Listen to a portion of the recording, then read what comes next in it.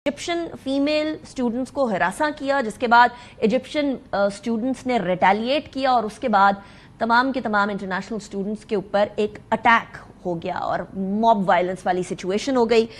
इस टाइम पर मुश्तइल अफराद जो हैं वो तशद्दुद का निशाना बना रहे हैं इंटरनेशनल स्टूडेंट्स को, और हमारी एम्बेसी भी वहाँ बड़ी एक्टिव है और फॉरेन मिनिस्ट्री की तरफ से भी स्टेटमेंट्स आई हैं। मुमताज़ ज़हरा साहिबा हमारे साथ मौजूद हैं, स्पोक्स पर्सन है फॉरेन। बहुत शुक्रिया मुमताज़ साहिबा, आपने ज्वाइन किया। मुमताज़ साहिबा, ये बड़ी तशवीशनाक सिचुएशन इसलिए क्योंकि यहाँ वालिदैन बैठे हैं तकरीबन 10 से 12 हज़ार स्टूडेंट्स के, और उनको वहाँ अपने बच्चों के अता पता, उनकी खैर खैरियत के लिए तशवीश है। क्या किर्गिस्तान की गवर्नमेंट से पाकिस्तानी स्टूडेंट्स की सेफ्टी की कोई गारंटी ली गई है, और क्या वहां से कोई गारंटी आई है? क्योंकि स्टूडेंट्स इस तशवीश का इजहार कर रहे हैं कि जब ये लोकल्स अटैक कर रहे थे, जब उनके हॉस्टल्स पे अटैक किया जा रहा था, तो वहां किर्गिस्तान की पुलिस खामोश तमाशाई बनी रही, यानी अकॉम्प्लिस थी। जी बहुत शुक्रिया। देखिए, इस तरह होता है कि जब मॉब सिचुएशन होती है तो हर पुलिस अपने तरीके से उसको हैंडल करती है।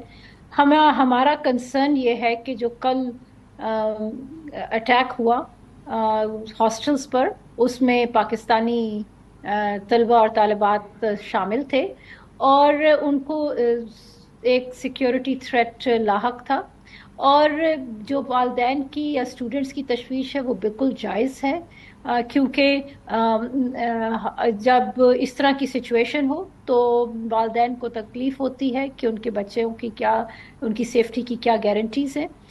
पाकिस्तान की हुकूमत इस सिलसिले को बड़ा सीरियसली ले रही है, और हमने आज सुबह पहला स्टेप यही था कि किर्गिस्तान के नाज़िमुल उमूर को फॉरेन ऑफिस बुलाया गया और उनके साथ एक स्ट्रॉन्ग डिमार्श किया गया, जिस डिमार्श में हमारे कंसर्न्स उनको कन्वे किए गए, और किर्गिज हुकाम से कहा गया कि पाकिस्तानी नेशनल्स की सेफ्टी को यकीनी बनाएं।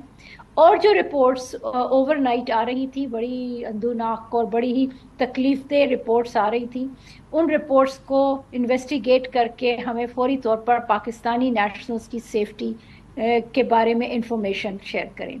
तो उस वक्त के बाद एक और इम्पॉर्टेंट मीटिंग हुई। जो हमारे एम्बेसडर हैं वहाँ पर, उन्होंने वज़ारत ख़ारजा में डिप्टी फॉरेन मिनिस्टर के साथ जाके बात की और यही मैसेज कन्वे किया।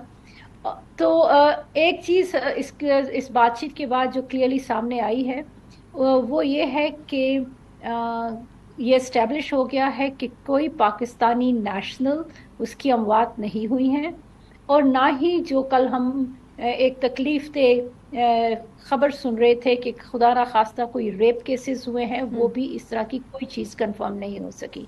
तो ये जो चीज़ें बड़ी क्लियरली एस्टैब्लिश हो गई हैं।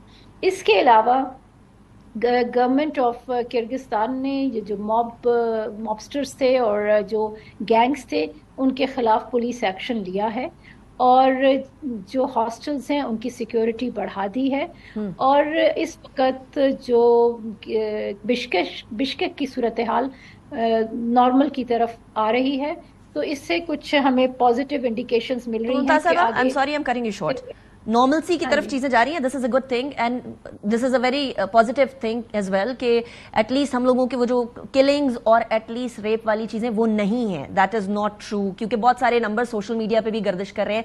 लास्ट क्वेश्चन, फिर मैंने आगे भी बढ़ना है।